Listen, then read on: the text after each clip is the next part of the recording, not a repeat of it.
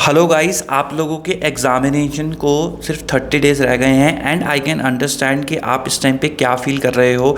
बहुत ज़्यादा एंग्जाइटी और हमें जो नेगेटिव वाइब्स होती हैं वो हमारे दिमाग को हावी कर देती हैं और इवेंचुअली उनकी वजह से ना हम अपना टाइम जो है वो वेस्ट कर बैठते हैं। हमें ऐसा लगता है कि यार कुछ पढ़ा ही नहीं, कुछ याद ही नहीं आ रहा, बाप रे बाप ये तो क्वेश्चन में से सॉल्व ही नहीं हो रहा, ये क्या हो गया वो हो गया, और हम उस नेगेटिविटी में आके अपना बहुत सारा टाइम पूरा पूरा दिन जो है वो वेस्ट कर देते हैं क्योंकि हम वहाँ से बाहर ही नहीं आ पाते हैं।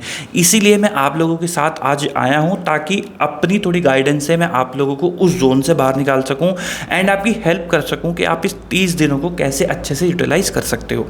अच्छा, नंबर 1 बात तो ये है कि देखो दोस्त, आपके लिए ना कोई भी प्री स्ट्रैटेजी नहीं बना सकता। आपको स्पून फीडिंग कोई नहीं आके कर सकता कि पहले ये करो फिर ये करो फिर वो करो। उसका रीज़न ये है कि हर बच्चा अपने आप में यूनिक है। किसी को थ्योरी अच्छी लगती है, किसी को प्रैक्टिकल अच्छा लगता है, किसी के लिए कोई चीज़ अच्छी है पढ़ने के लिए, किसी के लिए कोई सब्जेक्ट वीक है, किसी के लिए कोई सब्जेक्ट स्ट्रॉन्ग है। तो वो आपको अपने हिसाब से बनाना पड़ेगा।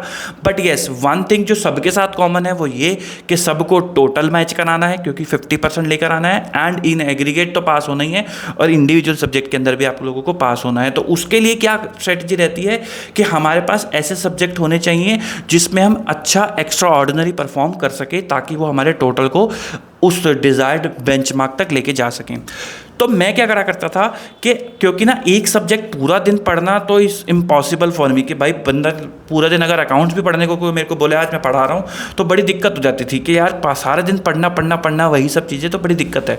तो मैं ग्रुप्स बना लेता था कि भाई एक ग्रुप के अंदर 2 पेपर, जिसमें से एक पेपर ऐसा जो मुझे पसंद है, जो मेरे को मेरी अटेंशन को हुक करके रखता है हमेशा, और एक पेपर ऐसा जिससे मेरे को डर लगता है कि ये क्यों डाल रखा है करिकुलम में। तो ये होता था कि अगर मैं उस पेपर को कर रहा हूँ तो मेरा टाइम का अच्छा यूटिलाइजेशन हो रहा है। फिर थोड़ी देर कोई थ्योरी उठा ली, लॉ उठा लिया जिससे घबराहट हो रही है, और 2 घंटे 3 घंटे उसको देके उसका थोड़ा सा कंटेंट खींच दिया। अच्छा, आप लोगों को वैसे तो देखो आपको अराउंड आराम से 12 घंटे तो स्टडी इफेक्टिवली करना चाहिए। 4-4 घंटे के 3 जो है सेट आपको लेने चाहिए। बट अगर कोई कैमरे के आगे ये वाली बात बोल रहा है, इसका मतलब ये नहीं कि आप उसको फॉलो करो ही करो। इट्स ऑल अबाउट यू कि आप कितना इफेक्टिवली पढ़ सकते हो। यदि आप 2 घंटे इफेक्टिवली पढ़ सकते हो तो 2 घंटे पढ़ो, 3 घंटे पढ़ सकते हो तो 3 घंटे पढ़ो, 4 घंटे पढ़ सकते हो तो 4 घंटे पढ़ो। बट सेट्स में पढ़ना ज़रूरी है क्योंकि सेट्स हमें रिजिड बना देते हैं कि नहीं भाई इतनी देर पढ़ना है। और दूसरी चीज़, इफेक्टिवनेस ज़रूरी है। ये नहीं कि मैंने 4 घंटे बोला, आप 3 घंटे ही पढ़ पाते हो, 3 घंटे के बाद आपको लगता है कि नहीं आई नीड अ ब्रेक, लेकिन आप 4 घंटे पे लगे हुए हो तो 1 घंटा वेस्ट है, ना ब्रेक मिला ना पढ़ाई हुई। तो बेटर है 3 घंटे को लेके चलो और अपना ब्रेक भी प्रॉपरली लो ताकि आप इफेक्टिव यूटिलाइजेशन कर सको अपने समय का।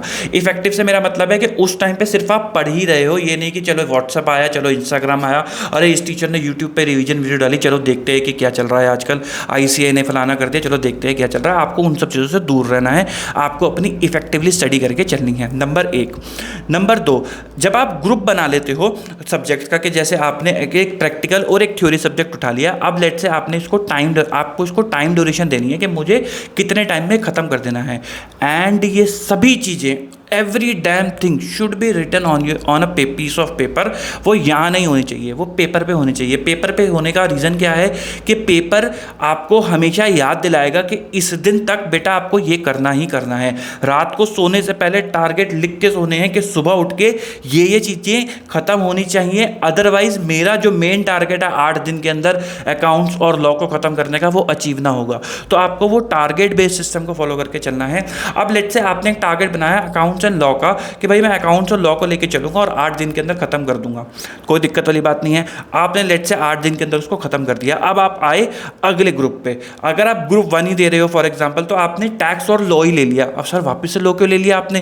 क्योंकि ना बच्चों को क्या डर रहता है कि थ्योरी में खासकर कि भाई एक बार छोड़ दिया तो भूल गए, तो उसमें ना हुकनेस चली जाती है कि भाई मुझे याद ही नहीं आ रहा, क्योंकि थ्योरी में घबराहट होती है। तो अगर आप उस लॉ को लेके चल रहे हो तो क्या फ़ायदा रहेगा कि आपको तो कभी ये लगेगा ही नहीं कि आपने वो सब्जेक्ट छोड़ दिया या आप भूल रहे हो। सेकंड जो फ़ायदा रहेगा कि अगर पिछली बार लॉ ने लेट से किसी एक चैप्टर ने 2 घंटे लिए तो इस बार वो 1 से 1.5 घंटा ही लेगा। तो आप अल्टीमेटली टैक्स को ज़्यादा टाइम ही दे रहे हो, बट लॉ आपका साथ के साथ दूसरी बार भी रिवाइज हो रहा है because of a weak subject. ठीक।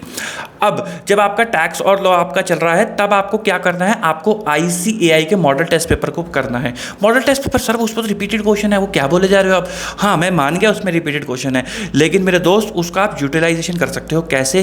पहला यूटिलाइजेशन, यदि आपके पास टाइम है तो बच्चा कहाँ प्रॉब्लम करता है, बच्चे के साथ दिक्कत होती है कि एग्जामिनेशन होल के बाद उसको लगता है सर पूरा पेपर आता था, सारे कॉन्सेप्ट आते थे, लेकिन टाइम मैनेज नहीं हुआ। तो आप उनके थ्रू अपनी टाइम मैनेजमेंट की प्रैक्टिस कर सकते हो। आपको ज़रूरी है कि सीधा फाइनल राउंड पे ही टाइम मैनेजमेंट चेक करना है अपना कि मैं कितना बढ़िया हूँ? आप पहले भी तो करके जा सकते हो if you have time. Sir हमारे पास टाइम नहीं है, हम तो बोथ ग्रुप दे रहे हैं और हमसे ना हो पाएगा कि 3 घंटे हम मॉडल टेस्ट पेपर पे काम करें, तो आप तब उसका दूसरा यूटिलाइजेशन कर सकते हो। क्या कर सकते हैं सर? जैसे आपने अकाउंट्स और लॉ को जो है कंप्लीट कर लिया, अब आप टैक्स पे हो, तो आप अकाउंट्स और लॉ का मॉडल टेस्ट पेपर करो। उसमें क्या होगा कि आपको पूरे कोर्स से, चाहे रिपीटेड ही सही, भाई बुक से करते तब भी तो रिपीटेड ही करते ना, आपको पूरे कोर्स से सवाल आएंगे तो आपको ना याद, आपका माइंड क्लिक करेगा, क्योंकि अभी तो उसको आदत है PGPP सैलरी की, अब वो एकदम क्लिक करेगा यार ये राइट इशू का ट्रीटमेंट AS 13 में क्या होता था, राइट इशू का ट्रीटमेंट EPS के अंदर ये होता था, यहाँ पे ये होता था, मेरे को वो 3 कंडीशन याद आ रही हैं क्या? मान लो आपने किसी कॉन्सेप्ट में गलती कर दी, आप 100 में से 100 तो नहीं कर पाओगे, आपने गलती कर दी। अब जब आपने गलती कर दी आप उसको देखोगे कि मैंने कहाँ गलती कर दी, जैसे ही आप उसको देखोगे ना तो वो आपको याद रहेगी कि भाई मैं यहाँ पे गड़बड़ करता हूँ। आपको गलती को ढूंढते वक्त रट्टा नहीं मारना है। बच्चे क्या करते हैं, बच्चे मानते हैं ये लाइन लिखी है तो इसका ये मतलब, वो लाइन लिखी है तो उसका वो मतलब, एंड ऑल, वो आगे अपना क्वेश्चन एडजस्ट कर लेते हैं। लेकिन कई बार ऐसा नहीं होता, मैनी अ टाइम ऐसा नहीं होता, और हम लोग बस ये मान लेते हैं। मैं मानता हूँ अजम्पशन चलती हैं, but there are some logical assumption जो आपके पेपर में चलती हैं। सर फिर हम क्या करें? फॉर एडवांस अकाउंटिंग आप मुझे कमेंट कर सकते हो, टेलीग्राम पे मैसेज कर सकते हो, मैं आपकी क्वेरीज हैंडल करूंगा। अगर कोई कॉन्सेप्ट होगा तो उससे रिलेटेड क्वेश्चन के वीडियो बना के आप लोगों को कॉन्सेप्ट डिलीवर करूंगा। I will try my best जिससे आपका कॉन्सेप्ट और शार्पेंड हो सके और आपके माइंड के ऊपर वो प्रेशर ना आए कि आपको रट्टे मारने हैं किसी भी चीज़ के, एडवांस अकाउंटिंग के तो खासकर। ठीक। अच्छा, दूसरा जो यूटिलाइजेशन है मॉडल टेस्ट पेपर का, वो आप कैसे कर सकते हो कि जो कंसोलिडेशन, अमलगमेशन, ऐसे जो आपके चैप्टर्स हैं उसमें ना फ्लो चलता है, आपको एडजस्टमेंट ठीक है पता है कि भाई ये यहाँ पे वो वहाँ पे, लेकिन कभी कभार ना हम कंफ्यूज हो जाते हैं फ्लो में कि यार जैसे अब कंसोलिडेशन की बात करो तो पहले आपको एनालिसिस करना है, फिर आपको प्री पोस्ट निकालना है, फिर आपको होल्डिंग और माइनॉरिटी, फिर देन आप कंसोलिडेटेड बैलेंस शीट के ऊपर जाते हो। तो अगर आपने उस फ्लो में गड़बड़ कर दी तो वहाँ काटा पीटी हो जाती है, याद सब आ रहा होता है, काटा पीटी हो जाती है, तो ना प्रेजेंटेबल रहता है पेपर, ना हम उससे ये बता पाते हैं कि हमें आता है। तो अगर आप खाली मॉडल टेस्ट पेपर के क्वेश्चन ही हाथ से भी कर रहे हो, जिसमें आप प्रॉपर लिख के कर रहे हो, तो एक तो आपकी प्रैक्टिस अच्छी हो रही है, नंबर 2 आप उस फ्लो से खुद को तोड़ नहीं रहे, आप अलग नहीं हो रहे कि आप 20 दिन के लिए फ्लो छोड़ के भाग गए कि चलो ऐसी की तैसी, नहीं ऐसा नहीं हो रहा, आप उसके साथ कनेक्टेड हो और एक आध क्वेश्चन में कोई फर्क भी नहीं पड़ेगा, क्योंकि आपको पूरा फॉर्मेट में नहीं करना अगर आपके पास टाइम नहीं है। यदि आपके पास टाइम है तो मैं कहता हूँ 3 घंटे लगा के करना। थ्योरी में आप क्या कर सकते हो, अगर आपके पास टाइम नहीं है तो आप कीवर्ड्स लिख सकते हो आंसर के कि भाई ये कीवर्ड्स मुझे याद आ रहे हैं इस चीज़ों के, तो फिर मैं आंसर मिलाता हूँ, क्या इसी फ्रेमवर्क पे आंसर चल रहा है जो मैंने सोचा था, अगर वो उस पर चल रहा है तो कोई दिक्कत वाली बात नहीं, क्योंकि अल्टीमेटली आपको अपनी लैंग्वेज में ही आंसर प्रेजेंट करना है, आपको इंस्टीट्यूट की लैंग्वेज मगअप करके वहाँ पे वॉमिट नहीं करनी है। You should know the concept, आपको इंपॉर्टेंट जो वर्ड्स हैं, जो अच्छे वर्ड्स हैं, वो आपको अपने आंसर में यूज़ करने होते हैं, बट एज इट इज़ वो नहीं लिखना होता है। तो वहाँ पे क्या होगा, आपका ना दोनों पेपर टैक्स के साथ साथ किसी ना किसी लेवल पे हिट कर रहे होंगे, और खासकर उस पॉइंट पे जहाँ पे आप गलती कर रहे होगे। अगर आप अच्छा कर रहे हो तो कॉन्फिडेंस भी बढ़ता है, पॉजिटिव एक ये भी है कि आपका कॉन्फिडेंस भी बढ़ता है। ठीक। अब अगर आप बोथ ग्रुप दे रहे हो तो दोस्त देखो, अगर आप बोथ ग्रुप दे रहे हो तो कहीं ना कहीं आपके पास टाइम कम है, तो आपको चीज़ों को फास्ट चेंज करना पड़ेगा एंड इफेक्टिवली करना पड़ेगा। उसके लिए आप क्या कर सकते हो बोथ ग्रुप वालों, कि आप अगर 2-2 ग्रुप पेपर का ग्रुप बना रहे हो तो ट्राई करना आप ग्रुप में मिक्स एंड मैच ना करना कि भाई मैंने इधर उठा लिया एसएम और इधर उठा लिया एडवांस अकाउंटिंग, या उधर उठा लिया ऑडिट और इधर उठा लिया एडवांस अकाउंटिंग, वो मत करना। आप ग्रुप 1 और ग्रुप 2 के हिसाब से ही अपना ग्रुप्स बना के चलना एग्जाम के और जो प्रैक्टिस रिविजन के, एंड देन अकॉर्डिंगली उस पर काम करना। जो मुझे लगता है शायद आप एक ही रिविजन कर पाओ अगर आप बोथ ग्रुप में इफेक्टिवली काम करते हो, but if you can plan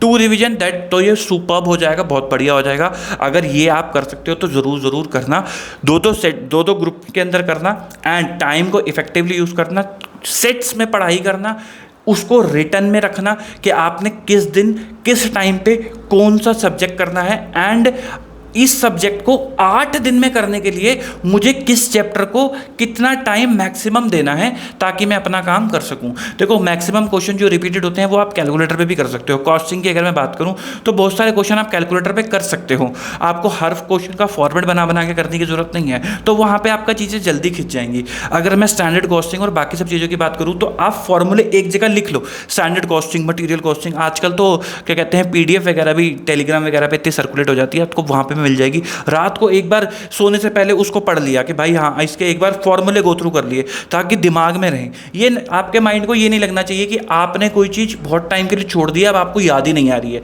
तो वहाँ पे हम ना कॉन्फिडेंस लूज कर जाते हैं। तो द मोमेंट आपने 2 सब्जेक्ट करे, जब अगले ग्रुप में आप हो तो आप उसमें से कोई एक चीज़ उसको उठा रहे हो, चाहे मॉडल टेस्ट पेपर के थ्रू उठा रहे हो या खुद से उसको रिवाइज करते हुए चल रहे हो। ऑडिट अगर आपने 2 बार कर डाला तो आपको कॉन्फिडेंस जो है थोड़ा सा बढ़ जाएगा एंड आपको हेल्प मिलेगी उसको रिटेन करने में। मेरी तरफ से इतना ही है। अगर आपको लगता है कि आपको और कोई गाइडेंस चाहिए तो आप मुझे कमेंट कर सकते हो, I will definitely make a video on it. बाकी आपको किसी कॉन्सेप्ट में प्रॉब्लम आए एडवांस अकाउंटिंग और या एनीथिंग के, तो आप मुझे पिंग कर सकते हो over Telegram, over any comment section, तो हम उस पर भी आपकी हेल्प करेंगे। तो मिलते हैं आपसे अगली वीडियो में। अभी के लिए इतना ही। Good bye, tata, take care, good luck, bye bye.